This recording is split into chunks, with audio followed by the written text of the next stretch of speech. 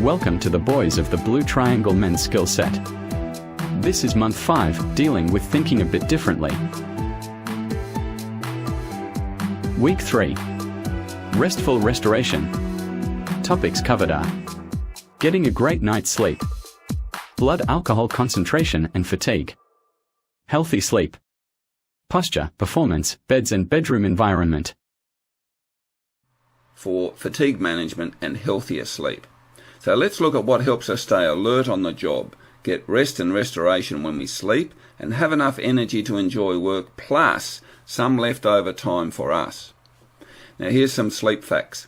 After 5 nights of poor sleep, 3 drinks will have the same effect as 6 drinks. Staying awake for 17 hours has the same effect on performance as a blood alcohol concentration of 0.05. 20 hours equals 0.1. It doubles the effect in just 3 more hours. A new baby results in 400 to 700 lost sleep hours in the first year. Well, that doesn't seem to help contraception at all, does it? 10% of snorers have sleep apnea and most go undiagnosed. We think those undiagnosed sleep apnea folk contribute to a massive amount of road trauma. Older workers need just as much sleep as younger ones. They just seem to get less quality sleep. It's almost impossible to fall asleep when your body clock says wake up, so make sure you get the timing right. Many fatigue-related accidents happen around 3 a.m. and 3 p.m., which is related to the 12 and 24-hour body clocks. Now, sleep and shift work, medication is an issue. Some medicines are made to follow the body clock, so shift work can interfere with how they work. Age. Some workers cope well with shift work, but when they are young it's fine, but not so well when they grow older. Sleep disorders are often caused by changing sleep patterns and changing home routines that can trigger sleep disorders that otherwise wouldn't be an issue. Well, tiredness tends to increase with the number of hours worked and is always worse in the second half of the shift, unless you take a nap in the middle. It's much worse if you haven't slept well during the last night's sleep. Many shift workers fall asleep briefly while they are working or driving home. Now, these micro-sleeps may only last a few microseconds, but long enough to be a serious safety problem. The resulting compound fatigue may also lead to silent judgmental errors, and by that I mean mistakes you can't even imagine you made. Now, obstructive sleep apnea and excessive daytime sleepiness are implicated, as mentioned earlier, in motor vehicle accidents. Now, they're commonly caused, or the OSA is commonly caused, by a partial collapse of the soft palate of the airway during sleep, resulting in oxygen deprivation of the brain. Now, the brain doesn't like that, so it responds by releasing adrenaline to awaken you to avoid brain damage. Now, the adrenaline then reduces quality of subsequent sleep. It just doesn't go away when you go back to sleep. It's there keeping you somewhat awake. Now, these events, these apneas, may occur hundreds of times a night, with a corresponding number of micro-sleeps occurring the following day. Risk factors for OSA include abdominal obesity, pot gut, which seems to correlate to fat neck, and may create upward force into the thorax from the abdomen when laying down in bed. So what can you do about this complex issue? Well, reducing waste by even 5% seems to be very top-end sensitive and helps reduce reported snoring frequency and severity. Just 5% can be somewhat very effective. That means 5 centimetres off the waist for a 100 centimetre man. Saggy mattresses increase pillow height and the number of pillows used in the bed, and that may cause direct impingement on the airway. A horizontal bed base that is not adjustable facilitates vertical gravitational pull on the structures of the airway and that can exacerbate occlusion of the airway. So part of it can be about the height of your pillow from a saggy mattress, and the other part can be about having a horizontal bed so flat that it virtually chokes you. Now the CPAP machines, they're the continuous positive airway pressure machines, help get the air through these occlusions and seem to be more effective with adjustable beds or even when sleeping in a recliner chair. In fact, there are many people who can only use CPAP sitting up in a recliner.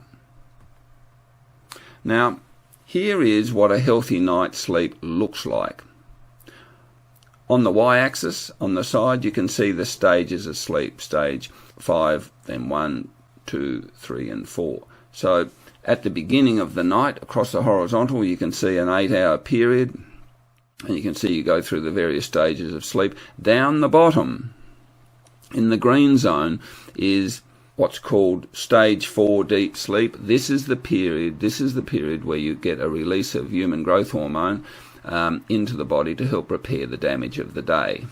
And then you come back out of deep sleep toward shallow sleep again, and in there is this red zone. This is the REM sleep, stage 5 sleep. This is the period where the brain consolidates memory and actually repairs itself. And this continues throughout the night. And you'll notice that most of the stage 4 sleep happens in the first half of the night, and most of the stage 5 sleep, the REM sleep, happens in the second half of the night. So folk who have trouble getting to sleep suffer different health issues than those who have no trouble getting to sleep but have trouble staying asleep. So this is one of the things that affects older workers more than younger workers, having trouble staying asleep and getting that brain repair. So this is what a healthy night's sleep looks like. This, in contrast, is what an unhealthy night's sleep looks like. And you notice that there is hardly any deep sleep happening in the second half of the night. And look at this period here where this micro wake-up occurs. This is a classic snorer in action. And this results in not enough healing of the body, and you wake up in the morning wanting more sleep. That's one of the ways you know this is happening. You've had plenty of time in bed, but you're still tired. Time to see a health professional about healthy sleep. So here are some healthy sleep and fatigue solutions. Some very personal ones. First thing to do is check your performance in bed, and by that I mean your posture. So the orthopedically correct sleep position is critical for healing of the body. And that only takes place, as we've seen previously, in stage 4 deep sleep. It turns out that if you're not in the right posture for relaxing the muscles around the body, especially around the spinal cord and the central nervous system, if you can't relax the muscles, you don't get very deep sleep and you miss out on that human growth hormone. So orthopedic posture is just as important in bed, isn't it, as it is sitting in the chair or sitting in the truck. Deep sleep only takes place if there's a minimum of tossing and turning. You can actually measure this in the sleep laboratory. A perfect night's sleep is about 30 tossing and turnings a night. There are plenty of people I meet who suffer 530 tossing and turnings a night. They're just not aware of it, but it's what's reducing the quality of their sleep. So more human growth hormone is released in the orthopedically sleep position in stage 4 sleep. And women find that much tougher for lots of reasons than men. It's much harder on the female anatomy having a bed that isn't very correct. For example, if it's too hard, have a look. The compression points in the female anatomy has wider hips and actually more mobile joints pushed around by a hard bed. And you see that twisted spine almost prevents a healthy night's sleep. A mattress that's too soft, now this affects many men more than women, is that the bed sags in the guts of the bed, and you notice how the head kicks up a bit higher. This also gives you a greater risk of the occlusion at the airway and gives you an aching back even if you don't have a bad back. So you wake up in the morning with a sore back, and it gets better the further away you walk from your bed. What does that tell you about your bed? So the anatomically correct position turns out to be the same as it is for orthopedic health. Sitting in a car, sitting in a truck, sitting at your desk and laying down in bed. And when you've got that orthopedically correct spine, you can adjust your pillow to help the airway and help your head. So Fatigue management generally starts when you wake up in the morning and finishes when you wake up in the morning. So virtually there's no time when it isn't part of the game plan. So your daytime hydration affects nighttime sleep safety. So you still have that issue of drinking enough during the day so that your blood remains nice and thin during the night. People who don't drink enough, have some sleep apnea, have some high blood pressure, often develop a blood clot in their legs during sleep, and you read about them in the paper or you hear about them at their funeral. They had a stroke in the middle of the night. Between, say, 3 o'clock and 4 o'clock in the morning is quite a risky time for folk who don't sleep well. Eat breakfast every day. Remember that in the military, a chargeable offence not to eat breakfast. People crash planes when that happens. So if you don't want to crash your truck, make sure you eat breakfast every day. Eat low GI foods. That's the ones that are slow to get into the bloodstream, like raw carrot every couple of hours. Keep a very sort of a slow release going on into your bloodstream, and you'll actually have more alertness during your day and less reactive insulin. Eat 3 to 6 bits of fruit with the skins on. The gums and pectins help stabilise your blood sugar level and stop you getting troughs of fatigue.